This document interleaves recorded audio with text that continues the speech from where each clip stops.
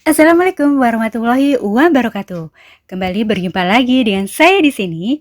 Kali ini saya akan membagikan keseruan drama pendek pada saat perlombaan cerita pendek yang diadakan oleh IGTKI PGRI Kota Tangerang Selatan pada saat acara Halal Bihalal tahun lalu.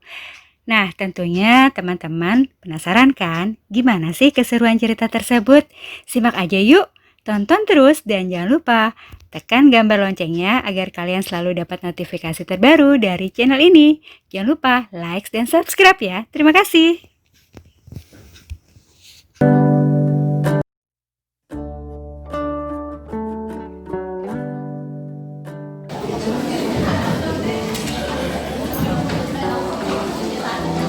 Assalamualaikum warahmatullahi wabarakatuh.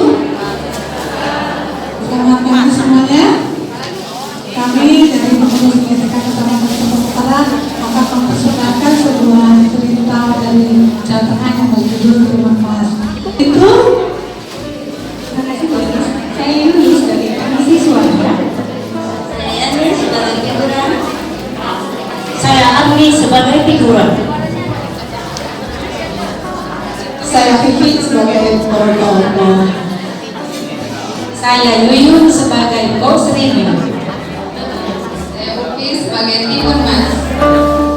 Saya Desi sebagai raksasa.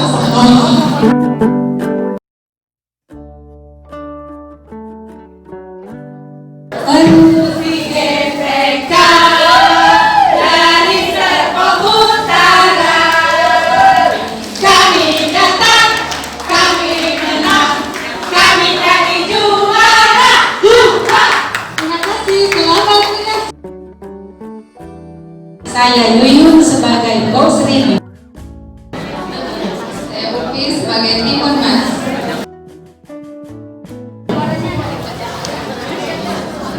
Saya Vivi sebagai protagonis. Saya Desi sebagai raksasa. Yuni sebagai pengisi suara. Bu Elis sebagai figuran. Saya Agni sebagai figuran. Ani sebagai figuran. Tonton terus ya. Selamat menyaksikan.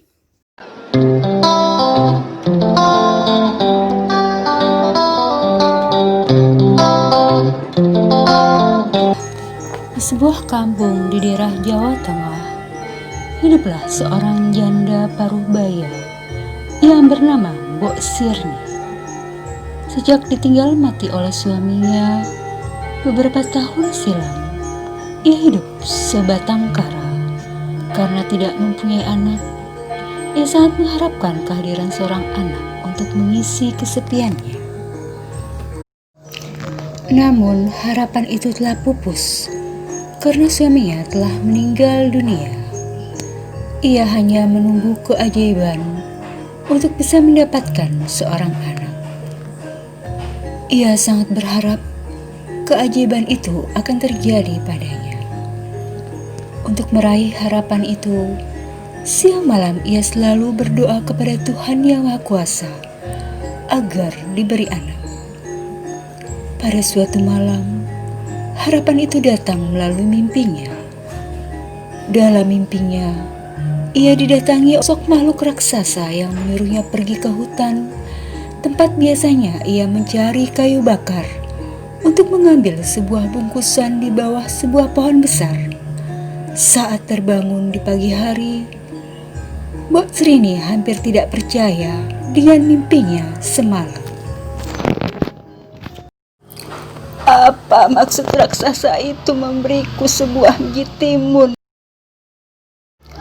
Di tengah kebingungannya, tanpa ia sadari, tiba-tiba sesosok makhluk raksasa berdiri di belakangnya sambil tertawa terbahak-bahak. Ampun Tuan raksasa, jangan memakanku, aku masih ingin hidup. Jangan takut hai perempuan tua, aku tidak akan memakanmu. Bukankah kamu menginginkan seorang anak? Benar Tuan raksasa. Berat tanam biji timun itu. kelak kamu akan mendapatkan seorang anak perempuan. Tapi ingat, kamu harus menyerahkan anak itu kepadaku. Saat ia sudah dewasa, anak itu akan kujadikan santapanku." Begitu Mbok Serini selesai menyatakan kesediaannya, raksasa itu pun menghilang. Perempuan itu segera menanam biji timun itu di ladangnya. Dengan penuh harapan, setiap hari ia merawat tanaman itu dengan baik. 2 bulan kemudian, tanaman itu pun mulai berbuah. Namun anehnya, tanaman timun itu hanya berbuah 1. Semakin hari buah timun semakin besar, melebihi timun pada umumnya. Warnanya pun sangat berbeda, yaitu berwarna kuning keemasan. Ketika buah timun masak, Mbok Serini memetiknya, lalu membawanya pulang ke gubuknya dengan susah payah karena berat. Betapa terkejutnya ia setelah membelah buah timun itu. Ia mendapati seorang bayi perempuan yang sangat cantik. Saat akan menggendongnya, bayi itu tiba-tiba menangis.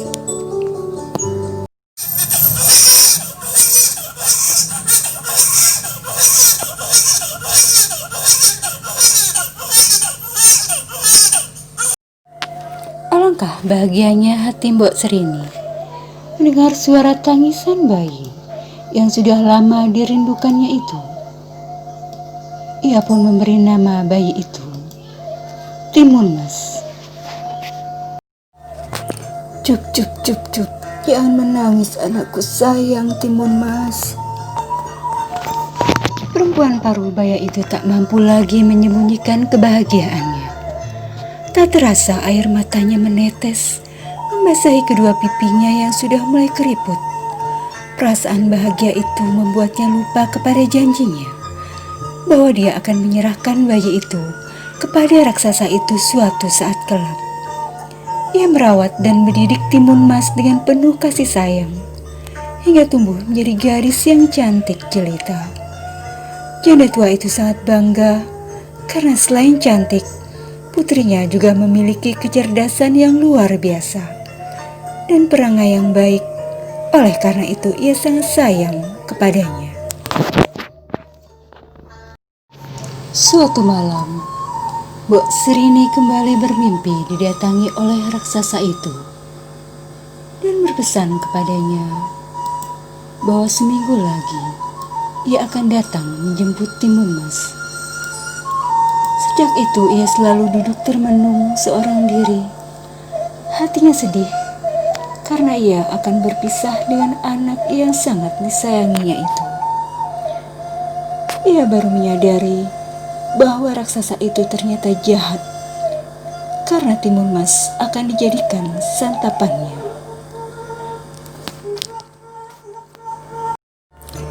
Melihat ibunya sering duduk termenung, Timun Mas pun bertanya-tanya dalam hati. Suatu sore, Timun Mas memberanikan diri untuk menanyakan kegundahan hati ibunya. "Ibu, mengapa akhir-akhir ini ibu selalu tampak sedih?" Sebenarnya, Mbok Serini tidak ingin menceritakan penyebab kegundahan hatinya, karena dia tidak ingin anak semata wayangnya itu ikut bersedih.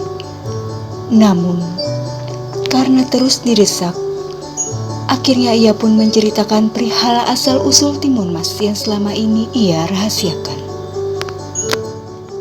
"Maafkan ibu, anakku. Selama ini, ibu merahasiakan sesuatu kepadamu.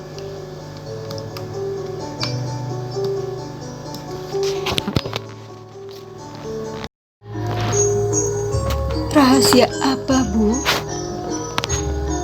Ketahuilah, Timun Mas. Sebenarnya kamu bukanlah anak kandung ibu yang lahir dari rahim ibu." "Apa maksud ibu?" Mbok Serini pun menceritakan semua rahasia tersebut hingga mimpinya semalam bahwa sesosok raksasa akan datang menjemput anaknya itu untuk dijadikan santapan. Mendengar cerita itu, Timun Mas tersentak kaget seolah-olah tidak percaya. Timun tidak mau ikut bersama raksasa itu. Timun sangat sayang kepada ibu yang telah mendidik dan membesarkan Timun. Tua, mana anak itu? Aku akan membawanya sekarang. Maaf Tuan Raksasa, anak itu sedang sakit keras. Jika kamu menyantapnya sekarang, tentu dagingnya tidak enak. Bagaimana kalau 3 hari lagi kamu datang kemari? Saya akan menyembuhkan penyakitnya lebih dahulu. Baiklah, kalau begitu. Tapi, kamu harus berjanji akan menyerahkan anak itu kepadaku. Raksasa itu pun menghilang. Mbok Sridi kembali bingung mencari cara lain. Setelah berpikir keras, akhirnya ia menemukan cara yang menurutnya dapat menyelamatkan anaknya dari santapan raksasa itu. Ia akan meminta bantuan kepada seorang pertapa yang tinggal di sebuah gunung. Anakku, besok pagi-pagi sekali ibu akan pergi ke gunung untuk menemui seorang pertapa. Dia adalah teman almarhum suami ibu. Barangkali dia bisa membantu kita untuk menghentikan niat jahat raksasa itu. Benar, Bu. Kita harus membinasakan raksasa itu. Timun tidak mau menjadi santapannya. Keesokan harinya, pagi-pagi sekali, berangkatlah Mbok Serini ke gunung itu. Sampainya di sana, ia langsung menemui pertapa itu dan menyampaikan maksud kedatangannya. Maaf, Tuan Pertapa. Maksud kedatangan saya kemari ingin meminta bantuan kepada Tuan. Apa yang bisa kubantu, Mbok Serini? Mbok Serini pun menceritakan masalah yang sedang dihadapi anaknya. Mendengar cerita Mbok Serini, pertapa itu pun bersedia membantu. Baiklah, kamu tunggu di sini sebentar. Tak berapa lama pertapa itu kembali sambil membawa 4 buah bungkusan kecil, lalu menyerahkan kepada Mbok Serini. Berikanlah bungkusan ini kepada anakmu. Keempat bungkusan ini masing-masing berisi biji timun, jarum, garam, dan terasi. Jika raksasa itu mengejarnya, suruh sebarkan isi bungkusan ini. Setelah mendapat penjelasan itu, Mbok Serini pulang membawa keempat bungkusan tersebut. Setiba di gubuknya, Mbok Serini menyerahkan keempat bungkusan itu dan menjelaskan tujuannya kepada Timun Mas. Kini hati Mbok Serini mulai agak tenang, karena anaknya sudah mempunyai senjata untuk melawan raksasa itu. 2 hari kemudian, raksasa itu pun datang untuk menagih janjinya. Ia sudah tidak sabar lagi ingin membawa dan menyantap daging Timun Mas. Hai perempuan tua, kali ini kamu harus menepati janjimu. Jika tidak, kamu juga akan kujadikan santapanku. Jangan takut anakku, jika raksasa itu menangkapmu, segera lari dan ikuti petunjuk yang telah kusampaikan kepadamu.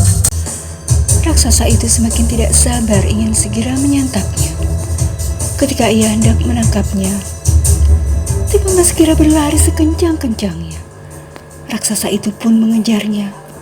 Tak ayal lagi, terjadilah kejar-kejaran antara makhluk raksasa itu dengan Timun Mas. Setelah berlari jauh, Timun Mas mulai kecapaian. Sementara raksasa itu semakin mendekat. Akhirnya ia pun mengeluarkan bungkusan pemberian pertapa itu. Pertama-tama, Timun Mas menebar biji timun yang diberikan oleh ibunya. Sungguh ajaib, hutan di sekelilingnya tiba-tiba berubah menjadi ladang timun. Dalam sekejap, batang timun tersebut menjalar dan melilit seluruh tubuh raksasa itu. Namun raksasa itu mampu melepaskan diri dan kembali mengejar Timun Mas. Timun Mas pun segera melemparkan bungkusan yang berisi jarum.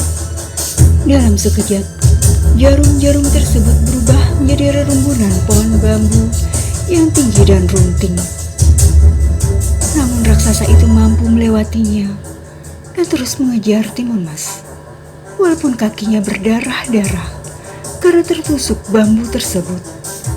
Lihat usahanya belum berhasil, Timun Mas membuka bungkusan ketiga yang berisi garam lalu menebarkannya.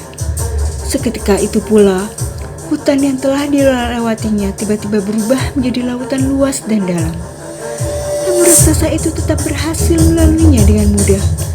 Timun Mas pun mulai cemas karena senjatanya hanya tersisa satu. Jika senjata tersebut tidak berhasil melumpuhkan raksasa itu, maka tamatlah riwayatnya. Dengan penuh keyakinan, ia pun melemparkan bungkusan terakhir yang berisi terasi. Seketika itu pula, tempat jatuhnya terasi itu tiba-tiba menjelma menjadi lautan lumpur yang mendidih. Alhasil raksasa itu pun tercebur ke dalamnya dan tewas seketika. Maka selamatlah Timun Emas dari kejaran dan santapan raksasa itu.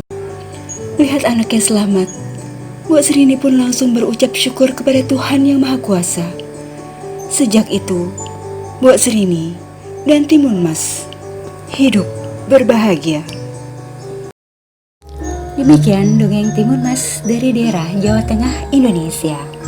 Cerita di atas memberikan pelajaran bahwa orang yang selalu berniat jahat terhadap orang lain seperti raksasa itu, pada akhirnya akan celaka.